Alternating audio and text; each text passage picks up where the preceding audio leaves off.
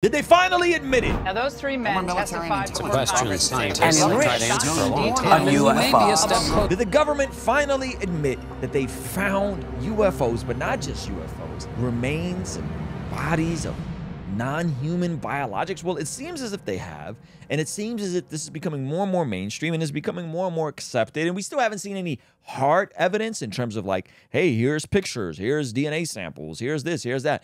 But there's been multiple people that have testified, people that really have no reason to lie about these things or make up fabricated stories about these things, people, high-ranking officials within different institutions. And today we're going to be looking at the clip that went viral just a few days ago addressing this very topic. And then I'll give you guys my thoughts on ultimately what I think these, aliens are, if you will. So let's jump into this clip. This is, what are we looking at, Zach? This is CBS News, 2.2 million views from 5 days ago. UFO whistleblower says U.S. recovered non-human biologics from crash sites. Thank you, Mr. Chairman, and good morning to our witnesses who are testifying today. I want to thank each of you for being here to discuss a topic of grave importance to our national security.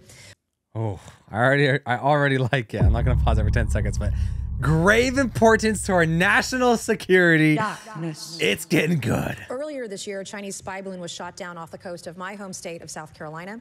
Since the Roswell incident in 1947, many Americans have wondered about the dangers of unknown objects crisscrossing our skies. Whether these are UAPs or weather phenomena, advanced technology from American allied or enemy forces, or something more out of this world. How did she tie this into the weather balloon being shot down? Just that was originally a UAP, unidentified. Okay. So they're just saying technically object. These are categorized as the same. Yes, got it. The first one, when you reported your experiences with a UAP, did any of you face any repercussions with your superiors? Yes or no? No.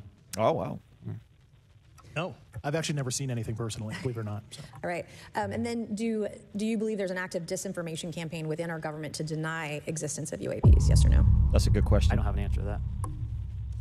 As previously stated publicly, yes. Oh, he said yes. Previously with like Project Blue Book, yes, but currently I don't speak for the United States government. Okay, thank you. Two of these dudes said, yeah. There's a disinformation campaign by the government to suppress this information. A few questions for Mr. Graves. What percentage of UAP sightings, in your belief, go unreported by our pilots? This is an approximation based off of my personal experience speaking with a number of pilots, but I would estimate we're somewhere near 5% reporting, perhaps. So like 95% basically don't report seeing UAPs? That's just my personal estimate. In the incident off Virginia Beach, do you believe the Navy took the danger to your aircraft seriously after it was reported? Absolutely. A few questions for Mr. Favor. As an expert naval aviator, have you ever seen an object that looked and moved like the Tic Tac UAP?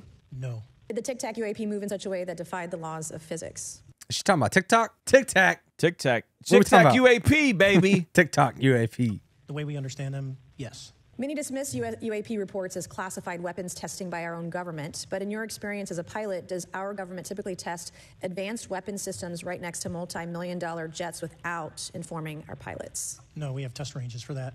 It took over 15 years for your encounter with the Tic Tac to be declassified. Do you feel there was a good reason to prevent lawmakers from having access to this footage? No, I just think it was ignored when it happened, and it just sat somewhere in a file.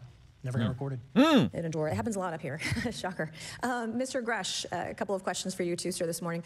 What percentage of UAPs do you feel are adequately investigated by the U.S. government, of the 5% that are reported? I can only speak for my personal leadership over at NGA. I tried to look at every report that came through that I could triage. So, do you believe that officials at the highest levels of our national security apparatus have unlawfully withheld information from Congress and subverted our oversight authority? there are certain elected leaders that had more information that I'm not sure what they've shared with certain Gang of Eight members or et cetera, but certainly I would not be surprised. Okay. Jeez. You've stated that the government is in possession of potentially non-human spacecraft. Based on your experience and extensive conversations with experts, do you believe our government has made contact with intelligence? This is a sickness. extraterrestrials? Hold on. We just went off the deep end. It went from like, have pilots seen things? Like, yeah. Who are they reporting them? Do we got bodies? Where the bodies at? Have we made contact? Darkness. I have a conspiracy though. All right. That we'll unpack in a second. Do you believe our government has made contact with intelligent extraterrestrials? Something I can't discuss in public setting. Okay, I can't ask when you think this occurred. If you believe we have crashed craft, stated earlier, do we have the bodies of the pilots who piloted this craft? As I've stated publicly already in my News Nation interview, biologics came with some of these recoveries. Yeah. Darkness. Were they, I guess, human or non-human biologics? Non-human, and that was the assessment of people with direct knowledge on the program I talked to that are currently still on the program. Darkness. Non-human biologics. So they found, what does that mean though? Could they just been like some bacteria, or are we talking non-human Yeah. pilot bodies? We sent some fungi in a little spaceship to see if it survived, Right. and then And was this documentary evidence, this video, photos, eyewitness? Like, how would that be determined? The specific documentation I would have to talk to UNISCIF about. Gotcha. Okay, so it sounds like he said he'd have to ask about it. So he knows it exists, but he hasn't seen it. Is that what I'm gathering? he said he hasn't seen it. Yeah. Okay. So, and you may or may not be able to answer my last question, and maybe we get into a skiff at the next hearing that we have, but who in the government, either what agency, sub-agency, what contractors, who should be called into the next hearing about UAPs, either in a public setting or even in a private setting? And you probably can't name names, but what agencies or organizations, contractors, et cetera, do we need to call in to get these questions answered, whether it's about funding, what programs are happening, and what's out there? I can give you a specific cooperative and hostile witness list of specific individuals that were in those. And how soon can we get that list? I'm happy to provide that to you after the hearing. Super, thank you. And I yield. Okay. So we're waiting on this witness list.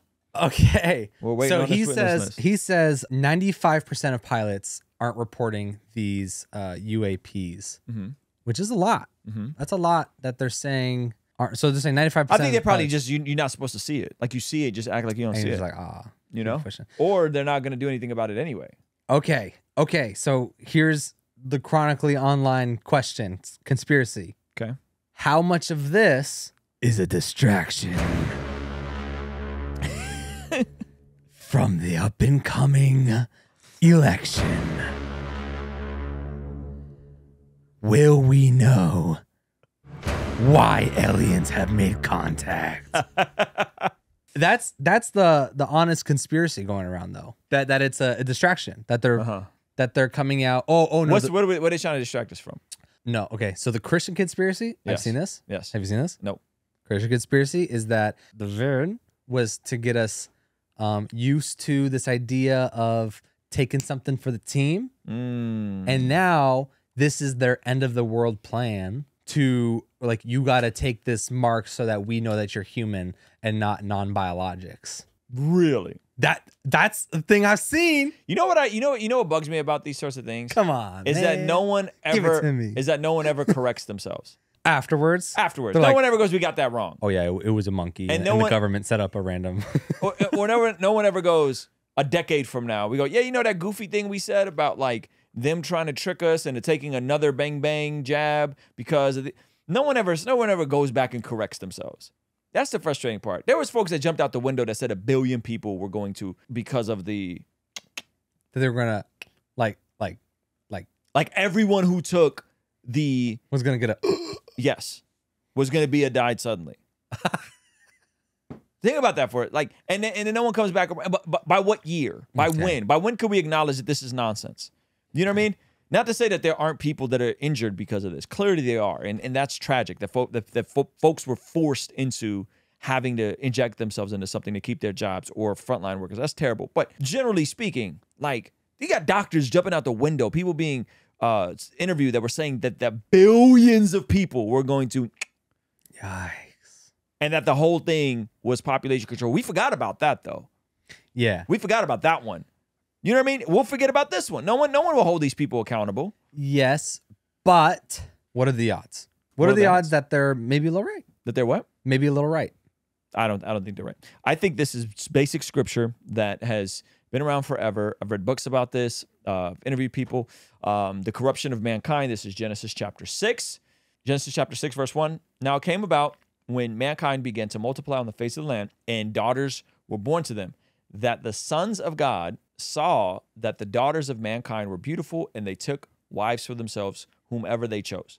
Okay, so the sons of God here, I believe, is the either fallen angels or the Elohim from the council of God that Michael Heiser has talked about. Okay. Right? And so the sons of God are taking these human women and recreating with them. Then the Lord said, my spirit will not remain with the man forever, because he is also flesh. Nevertheless, his days shall be 120 days. The Nephilim were on the earth in those days, and also afterward, by the way. So that's interesting.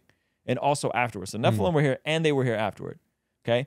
And when the sons of God came into the daughters of mankind, and they bore children to them, those were the mighty men of God who were of old, men of renown. And then the Lord saw their wickedness of mankind was great on earth, and that every intent of the thought of their hearts was evil continuously. And then we go into the flood story right after this, right? Because God was grieved. So now the question becomes down to, were these Nephilim and these watchers and these hybrid people wiped out in the flood, or were they not wiped out in the flood? So what's the difference between the Nephilim and the sons of God? I think the sons of God are the fallen angels. Gotcha. I thought the Nephilim were fallen angels. No. The Nephilim, I think, is what happened from the fallen angels, I believe. The Nephilim were the Goliaths, were the human, the hybrid, I think. son of God. I think I could be wrong, but I think, yeah. Okay. And so then Nephilim half-breeds. Thank you, Alan. And so they were evil? Like they eventually turned out to be wicked kind? I think so. Because I mean, they're like, okay.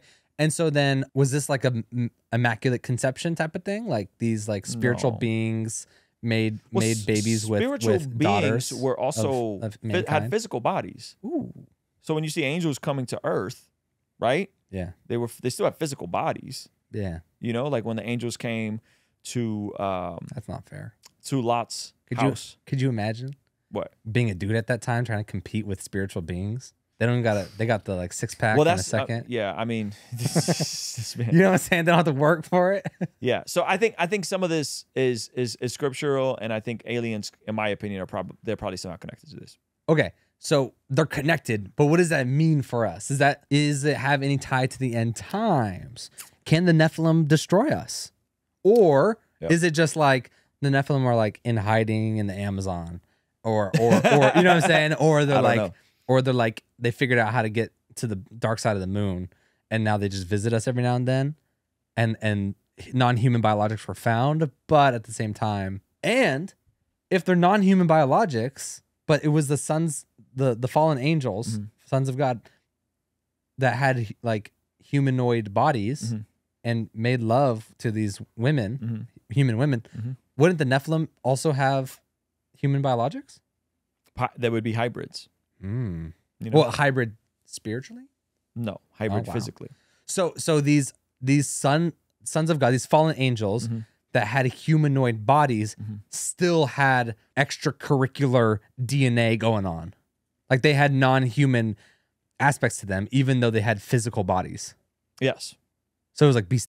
You're jumping all over the place. I'm just trying to figure out this whole Nephilim thing because it sounds like we're getting to the point where we really got to start talking about it. You know what I'm saying? Like before I was like, we'll bring on a Nephilim expert. Joe Rogan talks about aliens. We bring up the verse about Nephilim and then we keep it pushing. Yeah. Now we're finding Nephilim. So we're like, let's unpack this actually. Let's actually figure out what we're talking about here with the Nephilim. Yeah, we could bring on an expert for it. Hey, this is a segment from our daily after party stream. Consider partnering with us online for as little as $5 a month to get access to these daily after party streams completely unedited. You'll also get access to our podcast as they are streamed live into the community before anyone else gets to see them, get to interact with our guests, get access to our private Discord server, and a discount code for our store for as little as $5 a month. Ultimately, that will help towards helping us continue contextualizing the gospel using media and podcast here on YouTube. All right, I'll see you over there. Peace.